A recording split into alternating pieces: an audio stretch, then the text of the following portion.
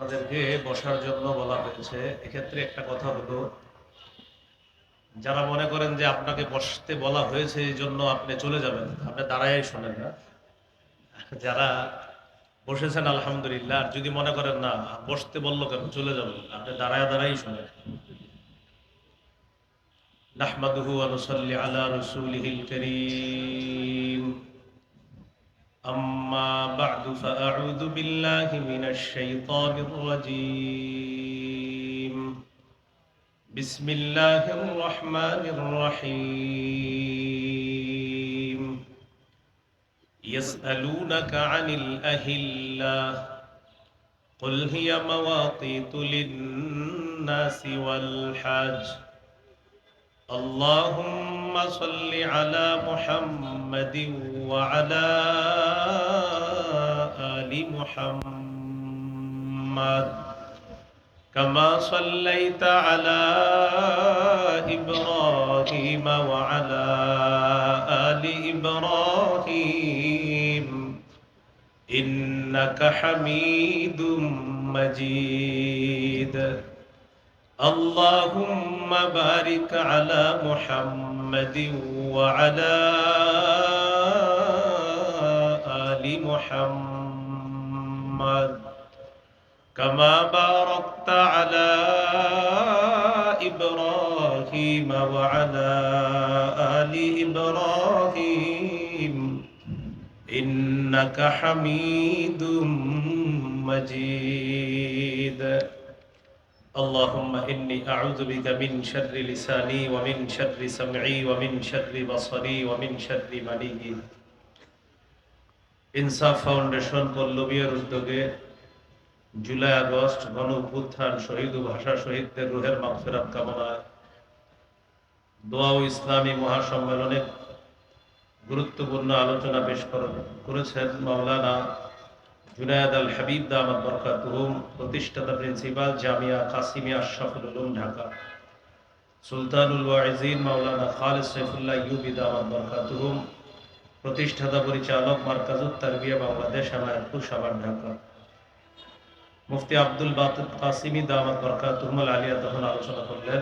খতিব মিরপুর 11 কেন্দ্রীয় মসজিদ মুতামিম জামিয়া মোহাম্মদিয়া আরাবিয়া মাদ্রাসা। মুফতি হাবিবুল্লাহ মাহমুদ কাসিমি দামাত বরকাতুহুম, সিনিয়র মুহাদ্দিস জামিয়া মাদানিয়া বারিদারা ঢাকা। মুফতি আলী হাসান উসামা দামাত বরকাতুহুম, প্রতিষ্ঠাতা পরিচালক মারকাজুল ইমাম আনোয়ার শাহ কাশ্মীরি রহমতুল্লাহ আলী, রাজবাড়ী ঢাকা। সভাপতি হাফেজ মোহাম্মদ ইলিয়াস দামাত বরকাতুহুম, সভাপতি ইনসাফ ফাউন্ডেশন পল্লবী।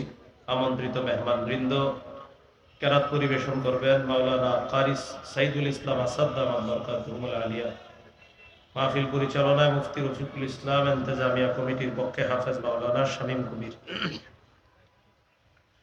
উপস্থিত হযরত উলামায়ে কেরাম, মুসলমান ভাইরা, আল্লাহ তাআলার দরবারে শুকরিয়া আদায় করছি, আল্লাহ আমাদেরকে এই মাহফিলে উপস্থিত হওয়ার তৌফিক দান করেছেন বলে আলহামদুলিল্লাহ। সূরা বাকারা 189 নম্বর আয়াতে কারিমা তেলাওয়াত করেছি।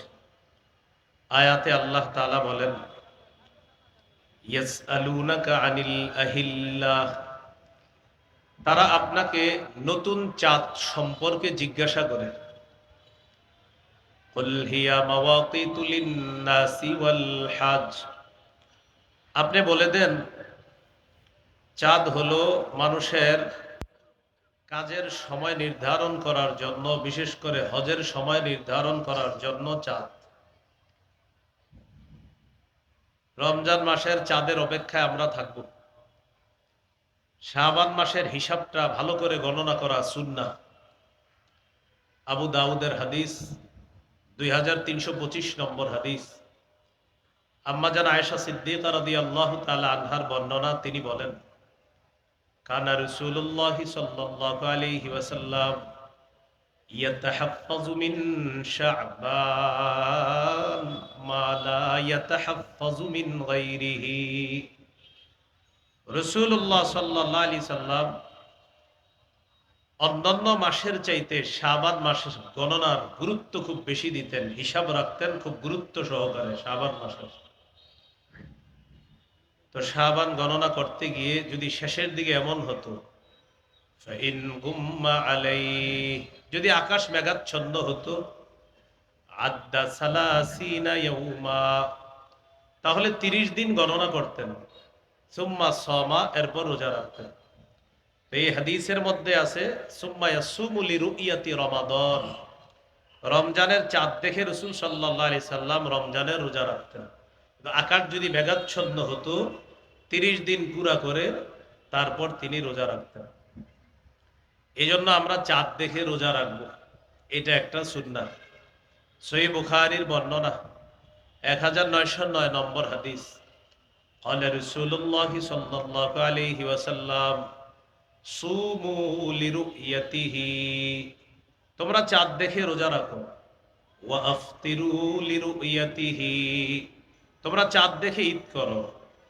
ফাইন গুব্বিয়া আলাইকুম ফাআকমিলু ইদ্দাতা সালাসিনা ইয়াউমা, যদি তোমাদের কাছে আকাশ মেঘাচ্ছন্ন হয় তাহলে তোমরা 30 দিন পুরা করবা।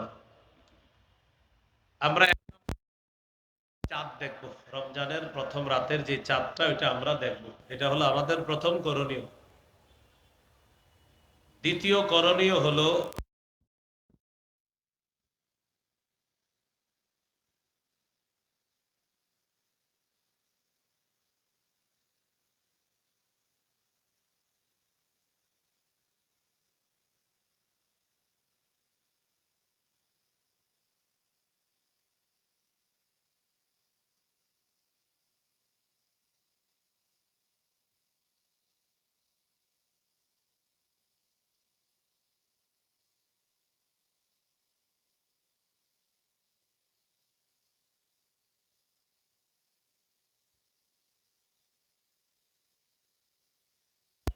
রমজানের প্রথম রাত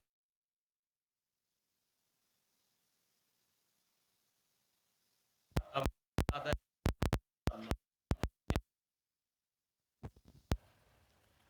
তো প্রথম রাতে তারাবির সালাত আমরা আদায় করব। সাহাবায়ে কেরামের ঐক্যমতে ইজমা হলো 20 রাকাত তারাবির সালাত আদায় করা। তো ইনশাআল্লাহ আমরা ধীরস্থির ভাবে 20 রাকাত তারাবির সালাত আদায় করব ইনশাআল্লাহ। সহিহ বুখারীর বর্ণনা 2009 নম্বর হাদিস, قال رسول الله صلى الله عليه وسلم من قام رمضان إيمانا واحتسابا غفر له ما تقدم من ذنبه, যে ব্যক্তি বিশ্বাসের সাথে এবং সওয়াবের আশায় রমজানের রাতের বেলা সালাত আদায় করবে, আল্লাহ তাআলা তার আগের সবগুলা গুনাহ মাফ করে দিবেন। তারাবির সালাত আদায় করা। 4 নাম্বার করণীয়, তারাবিতে কোরআন তেলাওয়াত করা, খতম পড়ার চেষ্টা করা, কমপক্ষে 1 খতম, বেশি পারলে আরো ভালো। খতম তারাবি সম্ভব না হলে যেই সূরাগুলা পারে যারা, ওই সূরা দিয়ে তারাবির সালাত আদায় করা। 21 নম্বর পারা শুরু হয়েছে সূরা আনকাবুতের 45 নম্বর আয়াতের মাধ্যমে। আল্লাহ তাআলা বলেন, উতলু মা উহিয়া ইলাইকা মিনাল কিতাব, কিতাবের যে ওহী আপনার কাছে আসে, কোরআনের যে ওহী আপনার কাছে আসে, এটা আপনি তেলাওয়াত করেন। প্রিয় মুসলমান ভাইয়েরা, 3টা অভ্যাস মৃত্যু পর্যন্ত আমরা প্রতিনিয়ত ধরে রাখার চেষ্টা করব ইনশাআল্লাহ। কয়টা অভ্যাস? 1 নম্বর তেলাওয়াত, 2 নম্বর গুরুত্ব সহকারে 5 ওয়াক্ত নামাজ, 3 নম্বর সাধ্য অনুযায়ী দান সদকা। সূরা ফাতিরের 29 নম্বর আয়াত, 22 পারা 16 নম্বর পৃষ্ঠার একদম শেষ আয়াত। আল্লাহ তাআলা বলেন, ইন্নাল্লাযীনা ইয়াতলুনা কিতাবাল্লাহ ওয়া আকামুস সালাতা ওয়া আনফাকু মিম্মা রাযাকনাহুম সিররাও ওয়া আলানিয়াতান ইয়ারজুনা তিজারাতাল লান তাবুর, নিশ্চয়ই যারা আল্লাহর কিতাব তেলাওয়াত করে, ওয়া আকামুস সালাহ, যারা নামাজ কায়েম করে, ওয়া আনফাকু মিম্মা রাযাকনাহুম সিররাও ওয়া আলানিয়া, যারা আমার দেয়া রিজিক থেকে গোপনে প্রকাশ্যে দান করে, ইয়ারজুনা তিজারাতাল লান তাবুর, আল্লাহ তাআলা বলেন তারা এমন ব্যবসার কামনা করে যে ব্যবসা কখনো ধ্বংস হবে না, লাভ আর লাভ। এই তিনটা আমল নারী পুরুষ যারা সন্তান আদি তাদেরকেও শিখিয়ে দেওয়া, নিয়মিত তেলাওয়াত, পাঁচ ওয়াক্ত নামাজ, নিয়মিত দান সৎকার, 2 টাকা হলেও সৎকার করা নিয়মিত। আল্লাহ তাআলা তৌফিক দান করেন। তো রমজানে 4 নাম্বার করণীয় কোরআন তেলাওয়াত করা। রমজান তো কোরআন নাজিলের মাস। সূরা বাকারার 185 নম্বর আয়াত, 2 পারার 7 নম্বর পৃষ্ঠা শুরু হয়েছে যে আয়াতের মাধ্যমে আল্লাহ বলেন, শাহরু রমাদানাল্লাযী উনজিলা ফীহিল কুরআন, রমজান মাস যেই মাসে কোরআন নাজিল করা হয়েছে, এটা কোরআন নাজিলের মাস। সহিহ বুখারীর বর্ণনা 1902 নম্বর হাদিস, 1902, এই হাদিসের মধ্যে আছে, কানা জিবরিল আলাইহিস সালাতু ওয়াস সালাম ইয়ালকাহু কুল্লা লাইলাতিন ফি রমাদান ইয়ারিদু আলাইহিন নবী সাল্লাল্লাহু আলাইহি ওয়াসাল্লাম আল কুরআন। রমজান মাসে জিবরিল আলাইহিস সালাতু ওয়াস সালাম প্রতি রাতে নবীজির সাথে সাক্ষাৎ করতেন, আর নবীজি জিবরিল আমিনকে কোরআন প্রতিদিন জিবরিলকে শোনাইতেন। তো রমজান মাস কোরআন নাজিলের মাস, বেশি থেকে বেশি কোরআন তেলাওয়াত করার চেষ্টা করব, আল্লাহ তৌফিক দান করেন। সহিহ বুখারীর বর্ণনা 5011 নম্বর হাদিস, বারা ইবনে আযিব রাদিয়াল্লাহু তাআলা আনহুর বর্ণনা, তিনি বলেন, কানা রাজুলুন ইয়াকরাউ সূরাতাল কাহফি, এক সাহাবী রাতের বেলা সূরা কাহফ তেলাওয়াত করতেছিলেন, ফাতাগাশশাতহু সাহাবা, আকাশের মেঘখণ্ড তার বাড়ির উপরে এসে উপস্থিত হয়ে গেছে, মেঘ।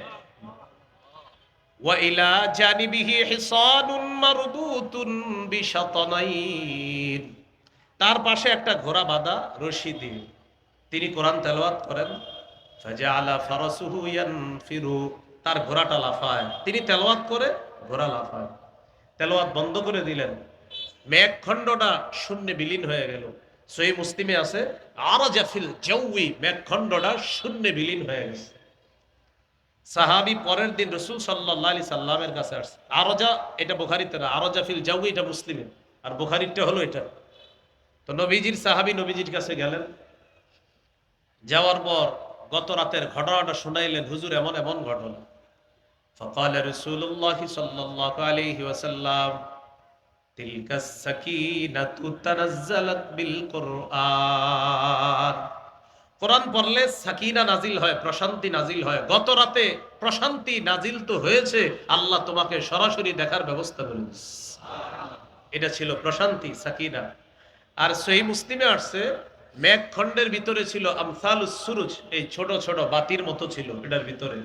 নবীজি বললেন যে বাতিগুলা দেখলা, তিলকাল মালাইকাতু তাসতামিউ লাক, এরা ছিল আল্লাহর ফেরেশতা, তোমার কোরআন তেলাওয়াত শোনার জন্য তারা দুনিয়াতে চলে এসেছে, তোমার তেলাওয়াত শোনার জন্য। তাহলে 4 নাম্বার কোরআন তেলাওয়াত করা, 3 নাম্বার তারাবির সালাত পড়া, 4 তারাবির সালাতে কোরআন পড়া, আর সালাতের বাইরেও বেশি থেকে বেশি কোরআন পড়ার চেষ্টা করা, আল্লাহ তৌফিক দান করেন। তিরমিজির হাদিস 2909 নম্বর হাদিস, 2909, قال رسول الله صلى الله عليه وسلم خيركم من تعلم القرآن وعلمه, রাসূলুল্লাহ সাল্লাল্লাহু আলাইহি সাল্লাম বলেন, তোমাদের মধ্যে সর্বোত্তম ওই ব্যক্তি যে কোরআন শিখে অন্যকে শিখায়, যে কোরআন শিখে অন্যকে শিখায়। তিরমিজির হাদিস 2910 নম্বর হাদিস, 2910, قال رسول الله صلى الله عليه وسلم من قرأ حرفا من كتاب الله فله به حسنة والحسنة بعشر أمثالها, কেউ যদি কোরআনের একটি অক্ষর তেলাওয়াত করে, আল্লাহ তার আমলনামায় 10টি নেকি লিখবেন। দেখেন, আমরা এই হাদিসটি শোনার পর আজকে পর্যন্ত না হইলেও 100, 200, 300, 500 মাহফিলে সুবহানাল্লাহ পড়ছি যে কোরআনের এক অক্ষর বললে কয় নাকি। আজকের আগে শুনেছেন না এই কথা? কিন্তু পড়ছেন কয়জন কোরআন? এই যে কোরআন এক অক্ষর বললে 10 নাকি, সবাই সুবহানাল্লাহ পড়ি, কিন্তু পড়া ধরছেন কয়জন?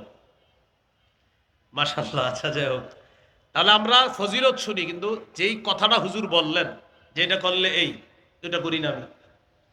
হুজুর ওয়াজ করলেন যে ফজরের নামাজ যে ব্যক্তি জামাতে পড়বে, মান সাল্লাল গাদাতা ফি জামাআ, যে ব্যক্তি ফজর জামাতে পড়বে, ফাকাত নামাজ সাল্লাল লাইলা কুল্লা, সে যেন সারা রাত নামাজ পড়বে। এখন আপনি সুবহানাল্লাহ বললেন কিন্তু ফজর বললেন না, তাহলে আমরা কি শিখলাম? আমরা সুবহানাল্লাহ বলি, এটা অবশ্যই সওয়াব, যেই কাজটা করার কথা বলা হয় এটা আমরা ধরি না। কোরআন এক অক্ষর বললে 10 নেকি, মানে কি? মানে আমি পড়তে হবে। আল্লাহ আমাদের সকলকে কোরআন চর্চা আমরা যেন প্রতিনিয়ত করতে পারি, আল্লাহ তৌফিক দান করেন। এই হলো 4 নাম্বার করণীয়। 5 নাম্বার করণীয়, যেহেতু সাহরির সময় আল্লাহ আমাদেরকে উঠার তৌফিক দান করবে ইনশাআল্লাহ, সাহরির সময় উঠে আমরা 8 রাকাত তাহাজ্জুদ পড়ব। কয় রাকাত?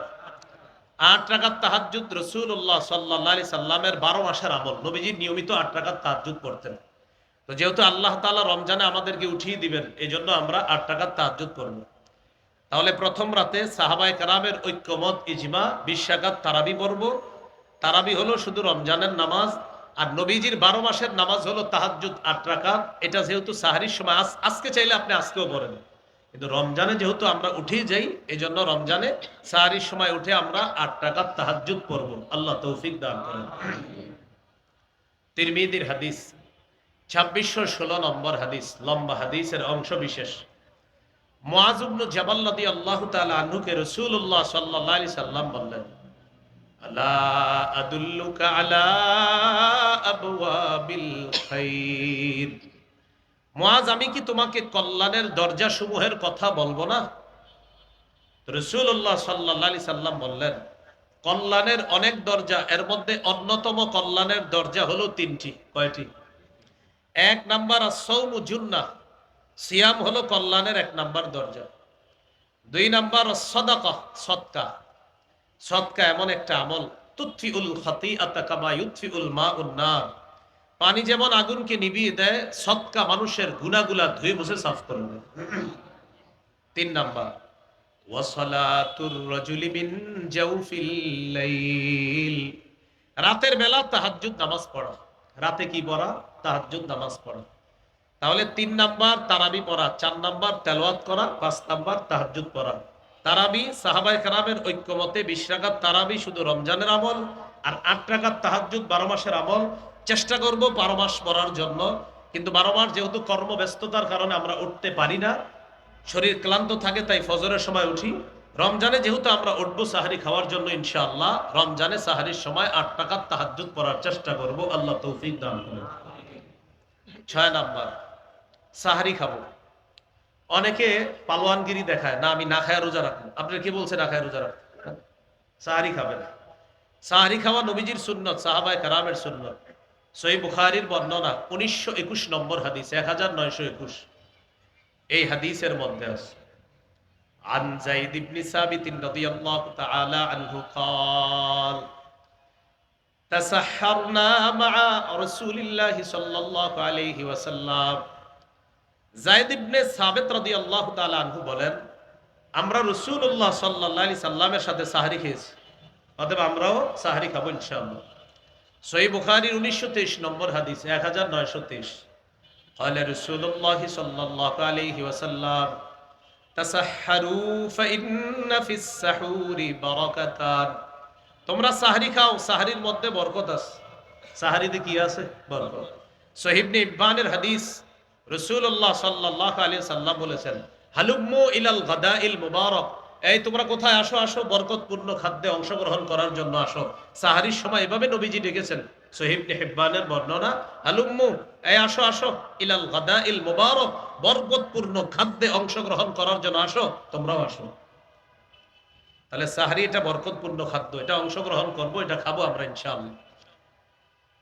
ইন্নাল্লাহা ওয়া মালাইকাতাহু ইউসাল্লুনা আলাল মুতাসাহহিরিন। সাহরির সময় যারা জাগ্রত হয়, তাহাজ্জুদ পড়ে, সাহরি খায়, তাদের উপর আল্লাহ রহমত নাজিল করেন। ফেরেশতারা আল্লাহকে বলে, আল্লাহ এই লোক সাহরির সময় উঠেছে, জাগ্রত হয়েছে, তাহাজ্জুদ পড়ছে, সাহরি খাইতেছে, আপনি তাকে মাফ করেন, আপনি তাকে মাফ করেন, আপনি তাকে মাফ করেন। আমরা সাহারি খাবো ইনশাআল্লাহ। সাহারিতে খেজুর খাবো, প্রতিদিন খেজুর খাওয়া। এমনি তো মুসলমানের খেজুর প্রতিদিন খাওয়া, আজকে আপনি খাবেন, কালকেও খাবেন সকালবেলা। আর সাতটা আজোয়া যদি খেতে পারেন সকালে, লাম ইয়াদুররুহু সুম্মুন, বিষও আপনার কোনো ক্ষতি করতে পারবে না। আবার খায়া ট্রাই করেন না, এটা গুরুত্ব দিয়ে রাসূল সাল্লাল্লাহু আলাইহি সাল্লাম বুঝালেন। তো আজোয়া খাওয়া, আজোয়া বা খেজুর, মধু, কালিজিরা, এগুলো মুসলমানের ঐতিহ্যগত খাদ্য, এগুলো ঘরে থাকা উচিত। বাচ্চাকে সামান্য সামান্য খেজুর খাওয়ান না, এরা খাওয়ায় আচার তেঁতুল, পরে মেধা হয় খারাপ। ভালো জিনিস খাওয়াতে হবে। ঈসা নবীর আম্মা মারিয়ামের পেটে যখন তিনি আসলেন, আল্লাহ তাআলা মারিয়াম আলাইহিস সালামকে একটা গাছের নিচে বসাইলেন আর বলে দিলেন, ফাকুলি ওয়াশরাবি, তুমি খাও, পান করো। তো খাবে কি? খেজুর। পান করবে কি? ঝর্ণার পানি, সামনে পানি আছে, পানি পান করবে। তো খেজুর কোত্থেকে আসবে? মুফাসসিরিনে কেরাম লেখেন যে মারিয়াম খেজুর গাছে ধরলেই, ওটা নাড়া দিলেই আল্লাহ খেজুর ব্যবস্থা করে দিবেন। কারণ আমি যে বিষয়টা বুঝাইতে চাই, এত খাদ্য থাকতে মারিয়ামের জন্য আল্লাহ খেজুর কেন নির্বাচন করলেন? এত খাদ্য, এজন্য গর্ভবতী নারীদেরকে খেজুর খাইতে দিবেন। এরা খালি তেঁতুল খাইতে চায়, আর আপনারও তেঁতুল খাওয়ান, পরে ওই সন্তান মেধা কম হয়। তেঁতুলে তো এমনি মেধা কমায় দেয়। তেঁতুল চাইলেও দিবেন না, খেজুর খাইতে বল। তেঁতুল চাইলে বলবেন খেজুর খাবো। কথা কি বুঝে আসছে? খেজুর খেতে হবে।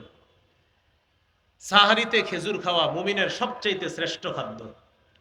قال رسول الله صلى الله عليه وسلم نعم سحور المؤمن التام। রাসূলুল্লাহ সাল্লাল্লাহু আলাইহি সাল্লাম বলেন, সাহরিতে খেজুর খাওয়া এটা মুমিনের কতই না নেয়ামতে পরিপূর্ণ খাদ্য, তারা খেজুর খাবে। তাহলে ইলিশ মাছ, গরুর গোশত, মুরগি, ভাত যাই খান, সাথে খেজুর রাখবেন। এজন্য খেজুর ভাগ করে নেবেন, এটা ইফতারের, এটা সাহরির। সাহরিতে অবশ্যই আমরা খেজুর খাবো। সর্বশেষ কথা, কেন খাবো? আমার নবীজি এটাকে উত্তম বলেছে, তাই খাবো, বাস। আল্লাহ তাআলা তৌফিক দান করেন। সাহারি একটু বিলম্ব করে করা, ইফতারি একটু তাড়াতাড়ি করা।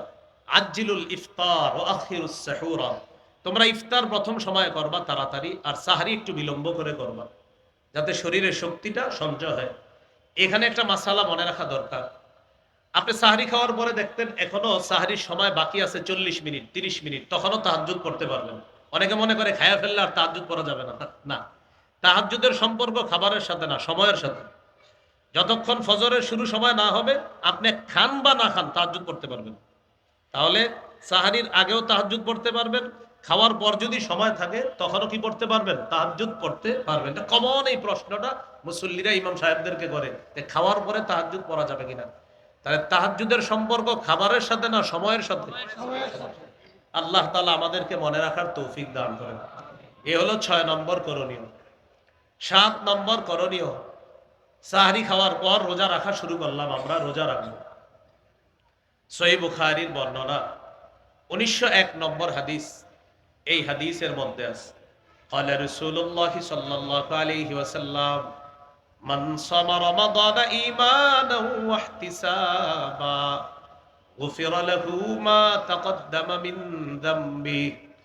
রাসূলুল্লাহ সাল্লাল্লাহু আলাইহি সাল্লাম বলেন, যে ব্যক্তি ঈমানের সাথে এবং বিশ্বাসের সাথে সওয়াবের আশায় দিনের বেলা রোজা রাখে, তার আগের সব গুনাহগুলো মাফ করে দেন। তিরমিজির 614 নম্বর হাদিস। قال رسول الله صلى الله عليه وسلم الصوم جنة حسينة। রাসূলুল্লাহ সাল্লাল্লাহু আলাইহি সাল্লাম বলেন, রোজা হলো জাহান্নাম থেকে বাঁচার মজবুত ঢাল, মজবুত প্রতিবন্ধক হলো রোজা। আল্লাহ আমাদের সকলকে সম্পূর্ণ মাস, পুরা মাসে একদম প্রতিটা রোজা যেন গুরুত্ব সহকারে রাখতে পারি, আল্লাহ তৌফিক দান করেন। এই হলো 7 নম্বর করণীয়, রোজা রাখবেন। 8 নম্বর করণীয়, দান করা। এমনি তো দান করবেন, রমজানে দানের মাত্রা বাড়ায়া দিবেন। সূরা মুনাফিকুনের 10 নম্বর আয়াত, 28 নম্বর পারা, 14 নম্বর পৃষ্ঠা। আল্লাহ তাআলা বলেন, وَأَنفِقُوا مِمَّا رَزَقْنَاكُم مِّن قَبْلِ أَن يَأْتِيَ أَحَدَكُمُ الْمَوْتُ। তোমাদের কারো কাছে মৃত্যু আসার আগেই তোমরা আমার দেয়া রিজিক থেকে খরচ করো, দান করো। সহিহ বুখারীর বর্ণনা 6 নম্বর হাদিস। কানা রাসূলুল্লাহ সাল্লাল্লাহু আলাইহি ওয়াসাল্লাম আজওয়াদান নাস। রাসূলুল্লাহ সাল্লাল্লাহু আলাইহি সাল্লাম মানুষের মধ্যে সর্বশ্রেষ্ঠ দানশীল ব্যক্তি ছিলেন মুহাম্মদ সাল্লাল্লাহু আলাইহি সাল্লাম। ওয়া কানা আজওয়াদা মা ইয়াকুনু ফি রমাদান হিনা ইয়ালকাহু জিবরিল। রমজান মাসে রাসূলুল্লাহ সাল্লাল্লাহু আলাইহি সাল্লামের দান করার মাত্রাটা আরো বেড়ে যাইত, তিনি প্রচুর পরিমাণে দান করতেন রমজান মাসে।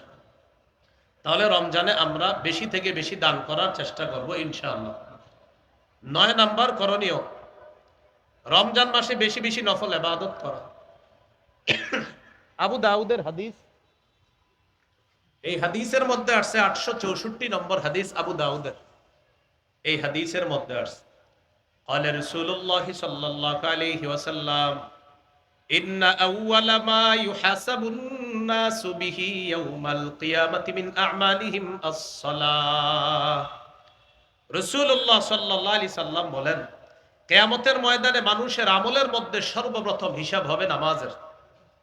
এক্ষেত্রে অনেকের একটা প্রশ্ন থাকে, এক হাদিসের মধ্যে আসছে কিয়ামতের ময়দানে সর্বপ্রথম হিসাব হবে রক্তের, আবার এই হাদিসের মধ্যে আসছে সর্বপ্রথম হিসাব হবে নামাজের। এটা আমার সাথে সাধারণ যারা আপনারা বললে মনে থাকবে, বলেন আল্লাহর হকের ক্ষেত্রে সর্বপ্রথম নামাজের হিসাব হবে, বান্দার হকের ক্ষেত্রে সর্বপ্রথম রক্তের হিসাব হবে।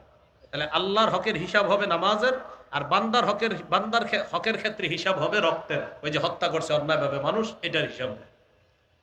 তো যখন হিসাব হবে, فإن كانت تامة كتبت تامة, ফরজ ইবাদত গুলো যদি পরিপূর্ণ হয়, তার আমল নামায় যে সওয়াবটা, এই সওয়াবটাও পরিপূর্ণ দেওয়া হবে। ফরজ ইবাদত পরিপূর্ণ, সওয়াব পরিপূর্ণ। ওয়া ইন কানা ইনতাকাসা মিনহা শাইআ, আর যদি ফরজের মধ্যে ত্রুটি থাকে, ঘাটতি থাকে, আল্লাহ তাআলা ফেরেশতাদেরকে বলবেন, আমার বান্দার নফল ইবাদত আছে কিনা দেখো। তো নফল ইবাদত যেগুলা থাকবে, আল্লাহ বলবেন আতিম্মু ফরিদাতাহু মিন তাতাওউহি, বান্দার নফল আমলের মাধ্যমে ফরজের ঘাটতি পূরণ করে দাও। একটু আপনারা শুনেন, আপনাদের অনেকের মধ্যে প্রশ্ন ইমাম সাহেবদেরকে করেন, হুজুর সুন্নত না পড়লে কি গুনাহ হবে? এইটা নতুন, এই প্রশ্নগুলো একদল মানুষ আপনাদেরকে শিখিয়ে দেয় আমল থেকে দূরে রাখার জন্য। কি বলে, সুন্নত না পড়লে কি হবে? গুনাহ হবে। আমাকে যদি জিজ্ঞাসা করেন, ইনশাল্লাহ 30 সেকেন্ডের বেশি তো আপনি কথা বলতে পারবেন না, এটা আমি শিওর। কারণ আমি আপনাকে বলবো, আপনি আগে বলেন জান্নাত আপনার জন্য ওয়াজিব হোক, এটা আপনি চান কি চান না? বলেন সবাই। হাদিসে আসছে, নবী বলছেন 12 রাকাত সুন্নত যে নিয়মিত করবে তার জন্য জান্নাত ওয়াজিব হয়ে যায়। এখন আপনি বলেন জান্নাত কি ওয়াজিব, চান কি চান না? তো যে ব্যক্তি প্রশ্ন করবে হুজুর সুন্নত না পড়লে কি সমস্যা হবে, তারে পাল্টা এটা বলবেন, নবীজি বলছেন 12 রাকাত সুন্নত পড়লে জান্নাত ওয়াজিব। আপনি বলেন জান্নাত ওয়াজিব চান, এটা কি আপনি চান আপনার জন্য জান্নাত ওয়াজিব হোক? কারণ ভয়ে পড়ে যাবে, কি বলি, তখন বলবে হ্যাঁ আমিও চাই। তখন আপনি বলবেন তাহলে সুন্নত পড়েন, যান প্রশ্ন করেন না, যান সুন্নত পড়েন। আপনারে বলবে সুন্নত না পড়লে কি গুনাহ হবে, আপনি বলবেন সুন্নত পড়লে জান্নাত ওয়াজিব হবে। আপনি কি চান জান্নাত ওয়াজিব হোক? তখন সে টেনশনে পড়ে যাবে, হ্যাঁ কমু না না কমু, না কইলে তো নাউজুবিল্লাহ, কোনো মুসলমান না করতে পারে না। তখন সে বলবে হ্যাঁ আমিও চাই, আমার জন্য জান্নাত ওয়াজিব হোক। তখন বলবেন যান সুন্নত করেন, সুন্নত পড়লে জান্নাত ওয়াজিব হোক। এই জন্য এই জাতীয় প্রশ্ন করলে আপনি পাল্টা এটা বলে ফেলবেন। আল্লাহ আমাদেরকে মনে রাখার তৌফিক দান করেন। তাহলে বলছিলাম নফলের মাধ্যমে ফরজের ঘাটতি পূরণ হবে, এটা 9 নম্বর করণীয়, প্রচুর নফল ইবাদত করব। 10 নম্বর করণীয়, নেক কাজ যত বেশি করা যায়। সূরা তাগাবুনের 9 নম্বর আয়াতে আল্লাহ তাআলা বলেন, ওয়া মাইয়ুমিন বিল্লাহি ওয়া ইয়ামাল সালিহা, যে ব্যক্তি আল্লাহকে বিশ্বাস করে আর নেক কাজ করে, ইউকাফির আনহু সাইয়্যাতিহি, আল্লাহ তার আগের সব গুনাহ মাফ করে দেন। ওয়া ইউদখিলহু জান্নাত, আল্লাহ তাকে এমন বাগানসমূহে প্রবেশ করাবেন, তাজরি মিন তাহতিহাল আনহার, যেই বাগানের তলদেশ দিয়ে নহর সমূহ প্রবাহিত হবে। নেক কাজ একটু আমার সাথে ওলামা হযরতরা বলা দরকার নাই, অন্যরা বলেন, বলেন যে কোনো বস্তুর 3টি অংশ থাকা চাই, দেহ, আত্মা, ফলাফল। দেহ, আত্মা, ফলাফল। দেহ, ফলাফল। এবার বলেন আমল হলো দেহ, ইখলাস হলো আত্মা, ফলাফল ওজনের পাল্লায় ভারী হওয়া। তাহলে আমল হলো দেহ, আমল নামক দেহের আত্মা হলো বিশুদ্ধ নিয়ত বা ইখলাস। এইজন্য ইমাম বুখারী তার কিতাবের শুরু হাদিস আনছেন ইন্নামাল আমালু বিন্নিয়াত। এখানে তিনি দেহ আর আত্মার কথা বলছে শুরু হাদিসের মধ্যে। আমলের প্রতিদান বিশুদ্ধ নিয়তের সাথে। প্রথম হাদিসের মধ্যে আমল নামক দেহের কথা আনছেন ইমাম বুখারী, আবার আত্মার কথা আনছেন। সর্বশেষ হাদিস 7563 নম্বর হাদিস, ফাথুল বারী অনুযায়ী সিরিয়ালটা, এই হাদিসে আনছে ইমাম বুখারী সাকিলাতান ফিল মিজান। প্রথম হাদিসে শিখাইলেন যে মানুষ শোনো, প্রথম হাদিসে তোমাদেরকে আমি শিক্ষা দিলাম আমল নামক দেহ, আর এই আমল নামক দেহের আত্মা অর্জন করবা বিশুদ্ধ নিয়ত আর ইখলাসের মাধ্যমে। যদি এটা অর্জন করতে পারো, সর্বশেষ হাদিস দিয়ে বোঝায় সাকিলাতান ফিল মিজান, তোমার আমল ইখলাসওয়ালা যদি হয়, এটা যদি একটু কমও হয় ওজনের পাল্লায় ভারী হয়ে যাবে। এই জন্য তিনটা অংশ থাকা চাই, দেহ, আত্মা, ফলাফল। দেহ হলো আমল, আত্মা হলো ইখলাস, ফলাফল ওই ইখলাসওয়ালা আমল ওজনের পাল্লায় ভারী হয়ে যাবে। রমজানে বেশি থেকে বেশি নেক আমল করব, বলি ইনশাআল্লাহ। আল্লাহকে সবাই দেখতে চাই তো ইনশাআল্লাহ। দুই শর্ত মৌলিক আল্লাহকে দেখার। কয় শর্ত? দুই শর্ত। সূরা কাহফের 110 নম্বর আয়াত, মানে সর্বশেষ আয়াতে আল্লাহ বলেন, ফামান কানা ইয়ারজু লিকা রাব্বিহি ফালইআমাল আমালান সালিহা। যে ব্যক্তি তার রবের সাক্ষাৎ কামনা করে, ফালইআমাল আমালান সালিহা, সেজন্য এক কাজ করে। দুই নাম্বার, ওয়ালা ইউশরিক বিইবাদাতি রাব্বিহি আহাদা, সেজন্য তার রবের ইবাদতে কাউকে শরীক না করে, অংশীদার না বানায়। আল্লাহ আমাদেরকে এই রমজানে বেশি থেকে বেশি নেক আমল করার তৌফিক দান করেন। 11 নাম্বার, দোয়া করা। আল্লাহ তাআলা বলেন, ওয়াকালা রাব্বুকুম উদউনি আস্তাজিব লাকুম, তোমাদের রব বলেন তোমরা আমাকে ডাকো, আমি তোমাদের ডাকে সাড়া দিই। আল্লাহর কাছে বেশি বেশি দোয়া করা। আমরা দুটি দোয়া বেশি বেশি করব, বলি আল্লাহুম্মা ইন্নী আসআলুকাল জান্নাহ ওয়া আউযু বিকা মিনান নার। হে আল্লাহ, আপনার কাছে জান্নাত চাই, জাহান্নাম থেকে পানা চাই। এই দুটি দোয়া আমরা বেশি বেশি করবো ইনশাআল্লাহ, আল্লাহ তৌফিক দান করেন। 12 নাম্বার, জিকির করা।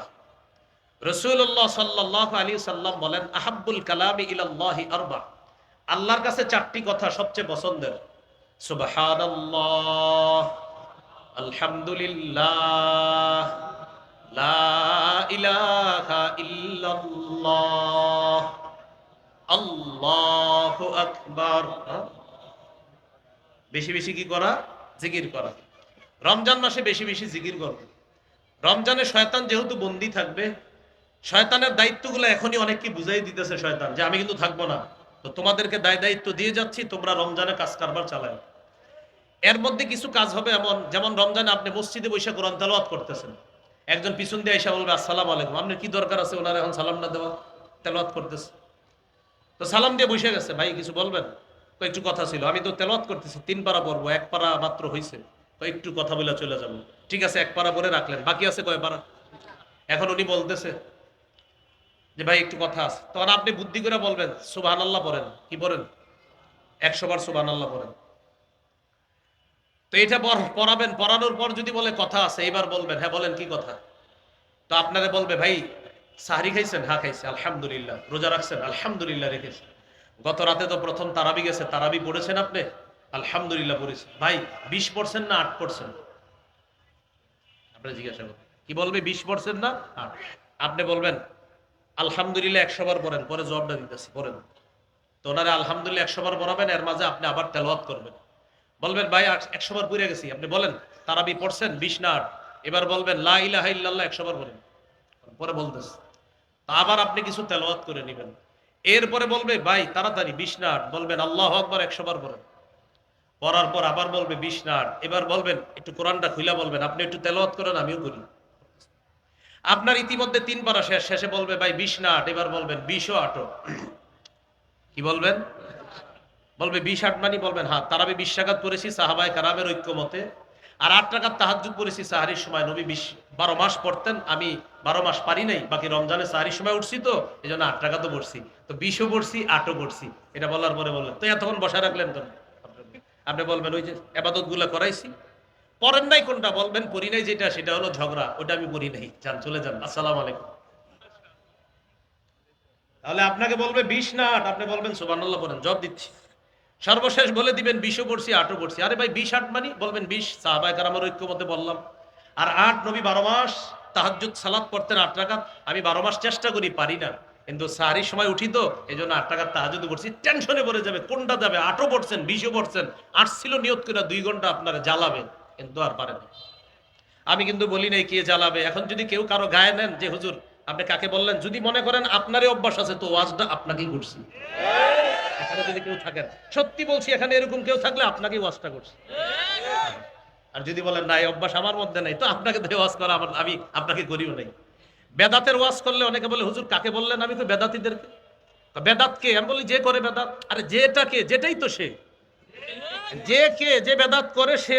আপনি করেন কিনা সেটা বলেন। যদি বলে না কি বলেন, তো আপনারে বলি নেই, আপনি সেজদা দেন কবরে না, আপনি বাৎসরিক একটু আর কি হালকা মাথা যোগায়, তো ওয়াজ আপনারই করছি। এই জন্য অপরাধ আমাদের দেশের একটা নিয়ম, আপনি ওয়াজ করবেন অপরাধ প্রত্যেকে নিজের গায়ে নেয়, তো যারা নেয় বলবেন তো মাশাআল্লাহ ওয়াজটা আপনারই করছে হুজুর আজকে, আল্লাহ ছেড়ে দেন এই অপরাধ ছেড়ে দেন। আল্লাহ আমাদেরকে বুঝার তৌফিক দান করেন। তাহলে 20ও পড়ছি 8ও পড়ছি, 20 পড়ছি সাহাবায়ে কেরামের ঐক্যমত্যে তারাবি, 8 পড়েছি 12 মাসের আমল তাহাজ্জুদ, 12 মাস চেষ্টা করি পারি না, রমজানে আল্লাহ তৌফিক দিছে তাই পড়লাম। যেটা পড়ি নাই সেটা হলো ঝগড়া টগড়া, এটা পারি না। আসসালামু আলাইকুম, চলে যান। এই হলো 12 নাম্বার জিকির করা। 13 নাম্বার ইফতার করা, সারাদিন রোজা রাখার পর ইফতার করবেন। 14 নাম্বার ইফতার করানো। 13 হলো ইফতার করা, 14 ইফতার করানো। ঢাকা শহরের মানুষ চিন্তা করে আমার প্রতিবেশী ধনী, ওনারে কি ইফতার পাঠাবো? না, ধনী প্রতিবেশীকে ইফতার পাঠাবেন, রোজাদারকে ইফতারের সওয়াব এটা কামাই করার জন্য ধনী প্রতিবেশীর বাসায়ও ইফতার পাঠাবেন। 15 নাম্বার ইফতারের সময় দোয়া করা। তিরমিজির হাদিস 3598 নম্বর হাদিস, রাসূলুল্লাহ সাল্লাল্লাহু আলাইহি সাল্লাম বলেন সালাসাতুন লা তুরাদ্দু দাওয়াতুহুম, 3 ব্যক্তির দোয়া ফিরিয়ে দেওয়া হয় না। আস-সাইমু হাত্তা ইফতিরা, রোজাদার যখন ইফতার সামনে নিয়ে দোয়া করে ইফতারের সময় তার দোয়া ফিরিয়ে দেওয়া হয় না। 2 নাম্বার ওয়াল ইমামুল আদিল, ন্যায়পরায়ণ পুরুষ শাসক। কি শাসক? কয়েকবার বলেন, ন্যায়পরায়ণ কি শাসক? ন্যায়পরায়ণ পুরুষ শাসকের দোয়া ফিরিয়ে দেওয়া হয় না। আল্লাহ যেন কিয়ামতের আগে আমাদের দেশে আর কোনো নারী শাসক না আনে। কেন না আনে? সবাই বলেন কেন, জোরে বলেন, আরো জোরে বলেন। قال رسول الله صلى الله عليه وسلم لا يفلح قوم ولوا امرهم امرأتان, বুখারীর বর্ণনা, রাসূলুল্লাহ সাল্লাল্লাহু আলাইহি সাল্লাম বলেন ওই জাতি কিছুতেই সফল হবে না যে জাতি তাদের নেতৃত্বে কোনো নারীকে বসায় না। এজন্য কিয়ামতের আগে যেন আর কোনো নারী নেত্রী না আসে। আল্লাহ যেন আমাদের দেশে একজন ন্যায়পরায়ণ পুরুষ শাসক বসায় না। 3 নাম্বার দাওয়াতুল মাজলুম, মাজলুমের দোয়া ফিরিয়ে দেওয়া হয় না। এই 3টি দোয়া ফিরিয়ে দেওয়া হয় না, এর মধ্যে একটা হলো রোজাদারের দোয়া। 16 নাম্বার করণীয় ইতিকাফ করা শেষ দশকে। 17 নাম্বার লাইলাতুল কদর তালাশ করা। দেখেন যারা চান যে আমি লাইলাতুল কদর সহজে পেতে চাই, তা আপনার জন্য সহজ পথা হলো ইতিকাফ করা। তাহলে 16 নাম্বার ইতিকাফ। সহিহ বুখারীর বর্ণনা 2033 নম্বর হাদিস, উম্মুল মুমিনিন আয়েশা সিদ্দিকা রাদিয়াল্লাহু তাআলা আনহার বর্ণনা, তিনি বলেন কানা রাসূলুল্লাহ সাল্লাল্লাহু আলাইহি ওয়াসাল্লাম ইয়াতাকিফু ফিল আশরিল আওয়াখির মিন রমাদান, রাসূলুল্লাহ সাল্লাল্লাহু আলাইহি সাল্লাম রমজানের শেষ দশকে ইতিকাফ করতেন। নবীজি সাল্লাল্লাহু আলাইহি সাল্লাম রমজানের শেষ দশকে ইতিকাফ করতেন। ইতিকাফ করা অবস্থায় আমরা লাইলাতুল কদর অবশ্যই পেয়ে যাব ইনশাআল্লাহ। এজন্য লাইলাতুল কদর 17 নাম্বার, এটা তালাশ করা। 21, 25, 27, 29, 21, 23, 25, 27, 29 বেজন রাত্রিগুলোতে লাইলাতুল কদর তালাশ করব। বুখারীতে আব্দুল্লাহ ইবনে আব্বাস রাদিয়াল্লাহু তাআলা আনহুমার একটা বর্ণনা আছে, তিনি বলেন 24তম রজনীতেও লাইলাতুল কদর তালাশ করব। বুখারীতে আছে 24তম।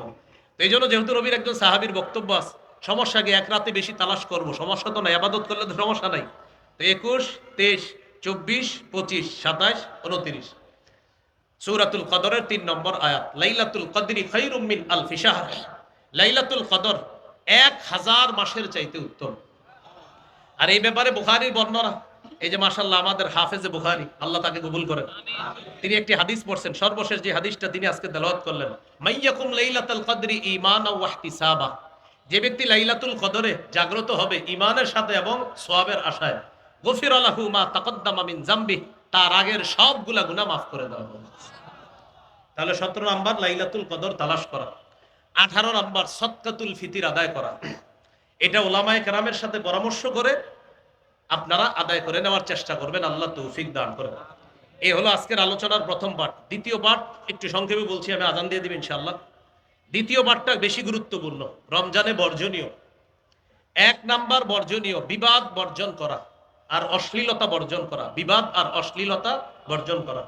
সহিহ বুখারীর বর্ণনা 1904 নম্বর হাদিস, 1904। এই হাদিসের মধ্যে আছে রাসূলুল্লাহ সাল্লাল্লাহু আলাইহি সাল্লাম বলেন, ইযা কানা ইয়াউমু সাওমি আহাদিকুম ফালা ইয়ারফুস ওয়ালা ইয়াসখাব ওয়া ফি রিওয়ায়া ওয়ালা ইয়াজহাল। তোমাদের কেউ যখন রোজা রাখবা, রোজা রাখা অবস্থায় কেউ গালি দিবা না, উল্টাপাল্টা কথা বলবা না, মুখে কোনো অশ্লীল বাক্য আনবা না, অশ্লীল কর্ম করবা না। ফাইন সাব্বাহু আহাদুন আও কাতালাহ, কেউ যদি রোজাদারের সাথে ঝগড়া করে, লড়াই করে, অথবা বাদানুবাদে লিপ্ত হয়, ঝগড়ায় লিপ্ত হয়, ফাল্যাকুল, রোজাদার তখন বলবে ইন্নী সাইম, আমি রোজাদার। বুখারীর অন্য বর্ণনা আসছে আপনি 2বার বলবেন ইন্নী সাইম, ইন্নী সাইম, আমি রোজাদার, আমি রোজাদার। বুখারীর অন্য বর্ণনা আসছে ফাল্যাকুল ইন্নী সাইমুন মাররাতাইন, সেজন্য 2বার বলে আমি রোজাদার, আমি রোজাদার। তাহলে বলি এই রমজানে যদি আমাদের সাথে কেউ ঝগড়া করতে আসে, আমরা 2বার বলে দিব কি, আমি রোজাদার, আমি রোজাদার। আপনি অন্যদিকে যান। আল্লাহ আমাদেরকে ঝগড়া থেকে হেফাজত করেন। 2 নাম্বার, অনর্থক কথাবার্তা বর্জন করা। অনর্থক কথাবার্তা মানে দরকার নাই, শুধু শুধু অনর্থক কথাবার্তা বর্জন করা। সহিহ বুখারীর বর্ণনা 2477 নম্বর হাদিস, রাসূলুল্লাহ সাল্লাল্লাহু আলাইহি সাল্লাম বলেন, ইন্নাল্লাহা কারিহা লাকুম সালাসা, আল্লাহ তোমাদের জন্য 3টি বিষয় অপছন্দ করেছে। প্রিয় মুসলমান ভাইয়ারা, আল্লাহ আমাদের জন্য কয়টি বিষয় অপছন্দ করেছেন? কিলা ওয়া কাল, 1 নাম্বার অনর্থক কথাবার্তা আল্লাহ অপছন্দ করেছেন। 2 নাম্বার ওয়া ইদাআতাল মাল, সম্পদ নষ্ট করা আল্লাহ অপছন্দ করেছেন। 3 নাম্বার ওয়াকাসরাতাস সুআল, অনর্থক বেশি প্রশ্ন করা আল্লাহ অপছন্দ করেছেন। অনর্থক প্রশ্ন আল্লাহ অপছন্দ করেছেন। এই 3টা বিষয়। এই হলো 2 নাম্বার, অনর্থক কথাবার্তা বর্জন করা। 3 নাম্বার বর্জনীয়, মিথ্যা কথা বর্জন করা। একটু বাংলা বলি আমার সাথে, বলেন মিথ্যা হলো সমস্ত পাপের আম্মা। মা, সমস্ত পাপের মা কি? মিথ্যা। সমস্ত পাপের মা হলো মিথ্যা কথা বলা। রাসূলুল্লাহ সাল্লাল্লাহু আলাইহি সাল্লাম বলেন, বুখারীর বর্ণনা 1903 নম্বর হাদিস, মান লাম ইয়াদা কাওলা যুর আল আমালা বিহি ফালাইসা লিল্লাহি হাজাতুন ফি আইয়াদা তাআমাহু ওয়া শারাবাহ। যে ব্যক্তি রোজা রাখলো কিন্তু মিথ্যা বর্জন করতে পারলো না, সে খানা না খাইলো আর পানি পান না করলো, এগুলাতে আল্লাহর কাছে কোনো গুরুত্ব নাই। সে যে মিথ্যা বর্জন করতে পারলো না আর খানাও খাইলো না, একদিক দিয়ে সে খানা পিনা থেকে জিহ্বাকে হেফাজত করলো, আরেক দিক দিয়ে সে জিহ্বার মাধ্যমে মিথ্যা কথা বললো। নবীজি বলেন তার এই না খাওয়া আর না পান করার মধ্যে আল্লাহর কাছে কোনো গুরুত্ব নেই। তাহলে আমরা মিথ্যা বলবো না। আমাদের দেশে রমজান যত কাছায়, আমাদের দেশের কিছু অসাধু মানুষ তত বেশি মিথ্যাবাদী হয়। রমজান যত কাছে, এই যে দেখবেন শুরু হবে তরমুজ, খেজুর, এই সিন্ডিকেট ভয়ঙ্কর এক বলয়ের মধ্যে পড়ে যায়। তো রমজান মাসে মাশাআল্লাহ সবাই কেনাকাটা করে। জুতার দোকানে গেছেন জুতা কিনতে, ভাই কত? 1300, 1250 দেই। আপনি আমার পরিচিত মানুষ, এই জন্য বলছি 1300, অন্যদের কাছে আরো বেশি। ভাই দেন না, আল্লাহর কসম ভাই, কিনা আছে 1230 করে। আচ্ছা 1250 দেন, 20 টাকা লাভ। সদরঘাট গিয়ে খোঁজ নিয়ে দেখা যায় 400 টাকা করে কিনা। আমি বলছি না যে 400 করেই কিনা, যদি 1230 হয় সত্যি সত্যি তো সত্য। আপনি যদি 1230 দিয়ে না কিনে কম দিয়ে কিনে 1230 বললেন, সত্য হলো না মিথ্যা হলো? হ্যাঁ, মিথ্যা কথা বলা যাবে না। আল্লাহ আমাদেরকে হেফাজত করেন।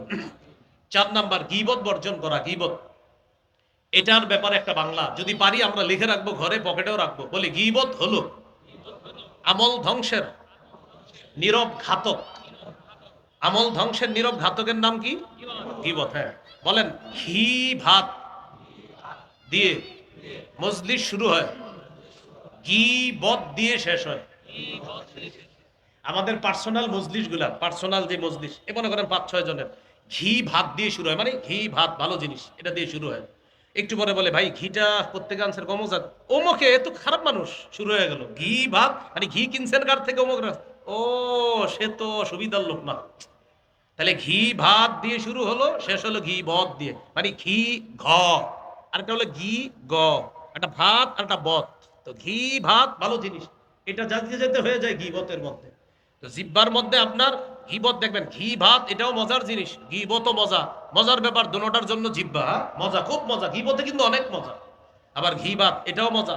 তো সবই মজা, এই জন্য এক মজা ভালো আর এক মজা খারাপ। তো গীবত এটা আমল ধ্বংসের নীরব ঘাতক। আল্লাহ আমাদেরকে হেফাজত করেন। এবার একটা গুরুত্বপূর্ণ বিষয়, ঝগড়া করি কি দিয়ে? আচ্ছা, অনর্থক কথা বলি কি দিয়ে? মিথ্যা বলি কি দিয়ে? গীবত করি কি দিয়ে? তাহলে কি বোঝা গেল? ঝগড়াও জিব্বা দিয়ে, গীবতও জিব্বা দিয়ে, মিথ্যাও জিব্বা দিয়ে, অনর্থক কথাও জিব্বা দিয়ে। তাই আজকে থেকে জিব্বাকে অনর্থক কথা থেকে বাঁচাতে হবে, ঝগড়া থেকে বাঁচাতে হবে। তিরমিজি 2616 নম্বর হাদিস, রাসূলুল্লাহ সাল্লাল্লাহু আলাইহি সাল্লাম বলেন, হাল ইয়াকুব্বুন নাস ফিন নারি আলা ওয়ুজুহিহিম আও আলা মানাখিরিহিম ইল্লা হাসাইদু আলসিনাতিহিম। বেশিরভাগ মানুষের মাথাটা নিচে, পাগুলা উপরের দিকে দিয়ে জাহান্নামে নিক্ষেপ করা হবে শুধু জিহ্বার অপরাধের কারণে, শুধু জিহ্বার অপরাধের কারণে। ভাই আমরা জিহ্বার অপরাধ থেকে নিজেদেরকে বাঁচানোর চেষ্টা করব, আল্লাহ তৌফিক দান করেন। তিরমিজির হাদিস 2406 নম্বর হাদিস, উকবা ইবনে আমির রাদিয়াল্লাহু তাআলা আনহুর বর্ণনা, রাসূলুল্লাহ সাল্লাল্লাহু আলাইহি সাল্লামকে জিজ্ঞাসা করলেন, মান নাজাতু ইয়া রাসূলুল্লাহ, ওগো আল্লাহর নবী, মুক্তির উপায় কি আপনি আপনার কাছে জানতে চাই। নবী বললেন, মুক্তির উপায় তিনটি। মুক্তির উপায় কয়টি? তিনটি। এক, আমসিক আলাইকা লিসানাক, তোমার জিহ্বা তুমি নিয়ন্ত্রণ করবা। দুই নাম্বার, আলিয়াসাকা বাইতুকা, তোমার ঘর যেন তোমার জন্য প্রশস্ত হয়। আচ্ছা, ঘর প্রশস্ত হওয়া দ্বারা কি উদ্দেশ্য? উদ্দেশ্য হলো কাজ শেষে তাড়াতাড়ি বাসায় আসবেন। আপনি 6টায় বাসায় আসার কথা, রাত 10টা 11টা বাজে স্ত্রী ফোন দেয়, আপনি কোথায়? আপনি বলেন বন্ধুদের সাথে আড্ডা দিচ্ছি। না, আড্ডা দেওয়া যাবে না, হয়তো কাজে, না হয় বাসায়। বাসায় নাই, কাজে থাকবেন, কাজে নাই, বাসায় থাকবেন। কারণ আপনি স্ত্রীর সামনে, সন্তানের সামনে, মা বাবার সামনে এই গুণাগুলা করতে পারবেন না যেগুলা বন্ধুদের সাথে আপনি বাহিরে করতে পারবেন। তাই নবীজি বললেন, 2 নাম্বার, তোমার ঘর যেন তোমার জন্য প্রশস্ত হয়। তো 1 নাম্বার, তোমার জবান নিয়ন্ত্রণ করবা। 2 নাম্বার, তোমার ঘর যেন তোমার জন্য প্রশস্ত হয়। 3 নাম্বার, ওয়াবকি আলা খাতিআতিক, তুমি গুনাহের জন্য কান্নাকাটি করবা। তো দেখেন এই তিনটার মধ্যে একটা হলো জিহ্বা নিয়ন্ত্রণ করা। তাহলে ঝগড়া হয় জিহ্বা দিয়ে। হাদিসে আসছে আস-সাওমু জুন্নাহ, রোজা হলো জাহান্নাম থেকে বাঁচার ঢাল। এই ঢালকে যদি ছিদ্র করা না হয়, রোজা নামক ঢাল ছিদ্র হয় বিশেষত 2টি অপরাধের কারণে। একটা হলো মিথ্যা কথা, আর একটা গীবত। আর হাদিস থেকে জানলাম বেশিরভাগ মানুষ জাহান্নামে যায় জিহ্বার কারণে। এবার আমার সাথে একটু সবকের মতো বলি, ওলামা হযরতরা না, শুধু আপনারা বলেন তো, রোজা নামক ঢাল ছিদ্র হয় কয় অপরাধে? কি কি? মিথ্যা, গীবত। মিথ্যা গীবত হয় কি দিয়ে? আর জিহ্বার কারণে বেশিরভাগ মানুষ কোথায় যায়? জাহান্নামে যায়। এই জন্য আমরা জিহ্বাটাকে নিয়ন্ত্রণ করব, আল্লাহ তৌফিক দান করেন। তিরমিজির হাদিস 2410 নম্বর হাদিস, রাসূলুল্লাহ সাল্লাল্লাহু আলাইহি সাল্লামের সাহাবী সুফিয়ান রাদিয়াল্লাহু তাআলা নবীজিকে জিজ্ঞাসা করলেন, মা আখওয়াফু মা তাখাফু আলাইয়া ইয়া রাসূলুল্লাহ, হুজুর আমার ব্যাপারে সবচেয়ে বিপজ্জনক বিষয় কোনটা মনে করেন? আখাযা বিলিসানি নাফসি, নবী নিজের জিহ্বা মুবারক ধরে বললেন, হাদা, এটা এটা এটা, আমি তোমার জন্য সবচেয়ে বিপজ্জনক মনে করি এটা। এই জন্য ভাই জিহ্বা বড় ভয়ঙ্কর জিনিস। এটা এমন ভয়ঙ্কর যে এক কথায় সাজানো সংসার তছনছ হয়ে যায়, এক কথায় সবকিছু উলট পালট হয়ে গেল, এমন ঘটনা আমাদের দেশেও কিন্তু ঘটছে। তো এই জন্য আপনার জিহ্বাকে নিয়ন্ত্রণ করা, আল্লাহ হেফাজত করেন। তিরমিজির হাদিস 2407 নম্বর হাদিস, এই হাদিসের মধ্যে আসছে রাসূলুল্লাহ সাল্লাল্লাহু আলাইহি সাল্লাম বলেন, ইদা আসবাহা ইবনু আদম, আদম সন্তান যখন সকালবেলা ঘুম থেকে ওঠে, ফাইনাল আযা কুল্লাহা তুকাফিরুল লিসান, সমস্ত অঙ্গ প্রত্যঙ্গগুলা জিহ্বাকে ডেকে বলে, ও জিহ্বা, ইত্তাকিল্লাহা ফিনা, তুমি আমাদের ব্যাপারে আল্লাহকে ভয় করো। ফাইন্নামা নাহনু বিকা, আমরা তোমার দ্বারাই নিয়ন্ত্রিত। জিহ্বা, তুমি আমাদের ব্যাপারে আল্লাহকে ভয় করো, আমরা তোমার মাধ্যমে নিয়ন্ত্রিত। ফাইন ইস্তাকামতা ইস্তাকামনা, তুমি সোজা থাকলে আমরা সোজা। ওয়া ইন ওয়াজাজতা ওয়াজাজনা, তুমি বাঁকা হলে আমরা বাঁকা। বলি তো ভাই, রোজা নামক ঢাল ছিদ্র হয় কয় অপরাধে? কি কি? গীবত, মিথ্যা হয় কি দিয়ে? সমস্ত অঙ্গ বস মানে কাকে? জিহ্বা। হ্যাঁ, জিহ্বাকে প্রতিদিন সকালে বলে, জিহ্বা তুমি আমাদের বস, তুমি ঠিক থাকবা আমরা ঠিক, তুমি বাঁকা হবা আমরা বাঁকা। তিরমিজি 2408 নম্বর হাদিস দিয়ে শেষ করছি। রাসূলুল্লাহ সাল্লাল্লাহু আলাইহি সাল্লাম বলেন, মান ইয়াতাকাফফালু লি মা বাইনা লাহইহি ওয়া মা বাইনা রিজলাই আতাকাফফালু লাহু বিল জান্নাহ, যে ব্যক্তি 2 চোয়ালের মাঝে জিহ্বা আর 2 রানের মাঝে লজ্জাস্থানে 2টা অঙ্গের নিশ্চয়তা আমাকে দেয় যে সে গুনাহ করে না, আতাকাফফালু লাহু বিল জান্নাহ, আমি তাকে জান্নাতে নেওয়ার জিম্মাদার হয়ে যাব। তাহলে কয়টা বর্জনীয় শুনলাম? 4টা। ও আরো 2টা বাকি আছে, দাঁড়ান। 1 নাম্বার ঝগড়া বর্জন করা, 2 নাম্বার অনর্থক কথা বর্জন করা, 3 মিথ্যা বর্জন করা, 4 গীবত বর্জন করা, 5 নাম্বার লৌকিকতা বর্জন করা। কি বর্জন করা? লোক দেখানো ইবাদত বর্জন করা। সিয়াম আল্লাহর জন্য, সাহরি আল্লাহর জন্য, ইফতারি আল্লাহর জন্য, করানো ইফতারি সব কার জন্য? আল্লাহর জন্য। বুলুগুল মারাম হাদিসের একটা কিতাব, এই কিতাবের 440 নম্বর হাদিসের বর্ণনা। রাসূলুল্লাহ সাল্লাল্লাহু আলাইহি সাল্লাম বলেন, ইন্না আখওয়াফা মা আখাফু আলাইকুম আশ-শিরকুল আসগর আর-রিয়া। তোমাদের ব্যাপারে আমি সবচেয়ে আশঙ্কা করি ছোট শিরিকের। সেই ছোট শিরিক হলো লোক দেখানো ইবাদত করা। আল্লাহ আমাদেরকে লোক দেখানো ইবাদত করা থেকে হেফাজত করেন। হাদিসের একটা কিতাব আছে সহিহ ইবনে খুজাইমা, এই কিতাবের 2 নম্বর খণ্ড 140 নম্বর পৃষ্ঠা। রাসূলুল্লাহ সাল্লাল্লাহু আলাইহি ওয়াসাল্লাম বলেন, শোনো তোমরা, ইয়াকুম আশ-শিরকাস সারাইর, তোমরা গোপন শিরিক থেকে বাঁচো। সাহাবীরা বললেন, হুজুর গোপন শিরিক কি?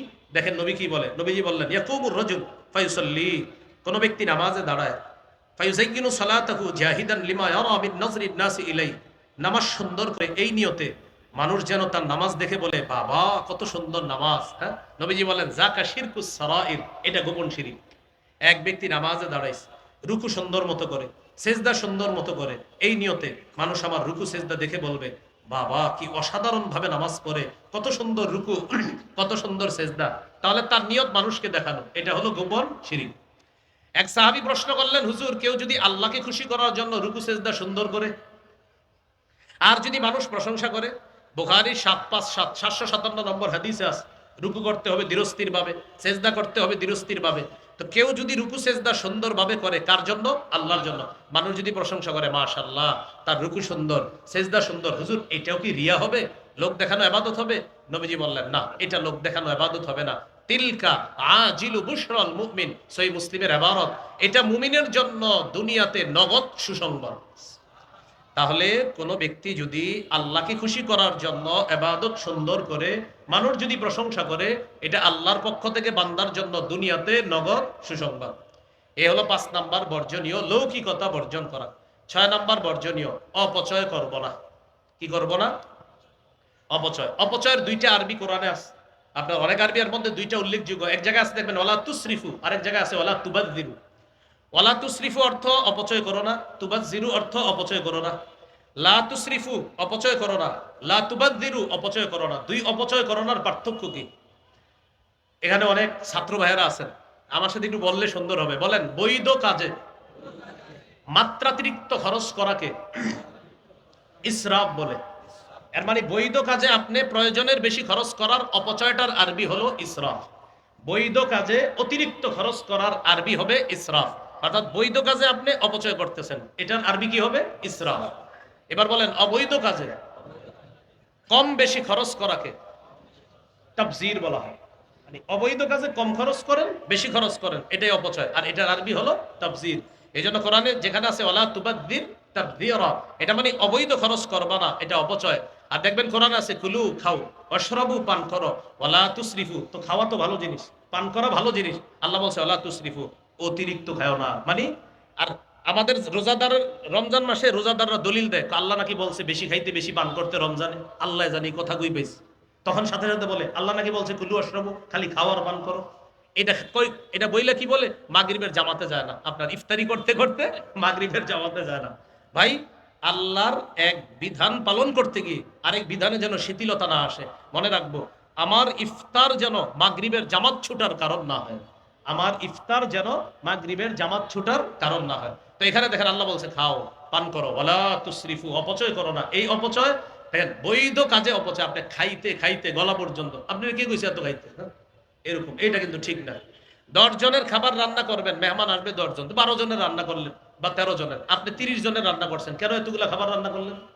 তো বৈধ কাজে মাত্রা অতিরিক্ত খরচ করা, এটাও অপচয়, এটাকে বলা হয় ইসরাফ। আর অবৈধ কাজে কম বেশি খরচ করাকে, এটাকেও বলে অপচয়, এটাকে বলে তাবযির। আল্লাহ আমাদের সকলকে ইসরাফ এবং তাবযির উভয়টা থেকে বাঁচার তৌফিক দান করেন। তাহলে 6 নাম্বার বর্জনীয়, অপচয় অপব্যয় থেকে আমরা বেঁচে থাকবো। আল্লাহ আমাদের সকলকে 18টা মৌলিক করণীয় বললাম, ওলামা হযরত খতিব সাহেবগণ মসজিদের মিম্বরে নিঃসন্দেহে আরো বেশি বলবে। আর 6টা বর্জনীয় বললাম, এই 24টি কথা আমরা মনে রাখবো। আল্লাহ তৌফিক দান করেন। ও একদল ভাই আসছে, আমাকে একটা এলান দিতে বলছে, আমার একটা সংকলন আছে মিম্বরের আমানত, এখানে তারা নিয়ে এসেছে, আমাকে বলছে বলার জন্য। 1 থেকে 8 খণ্ড। প্রথম খণ্ড, সন্তানের 64টা অধিকার। এটা আপনারা যারা সংগ্রহে আছে, আমি বলবো জামাই বউ দুজন মুখস্থ করে নেবেন। প্রথম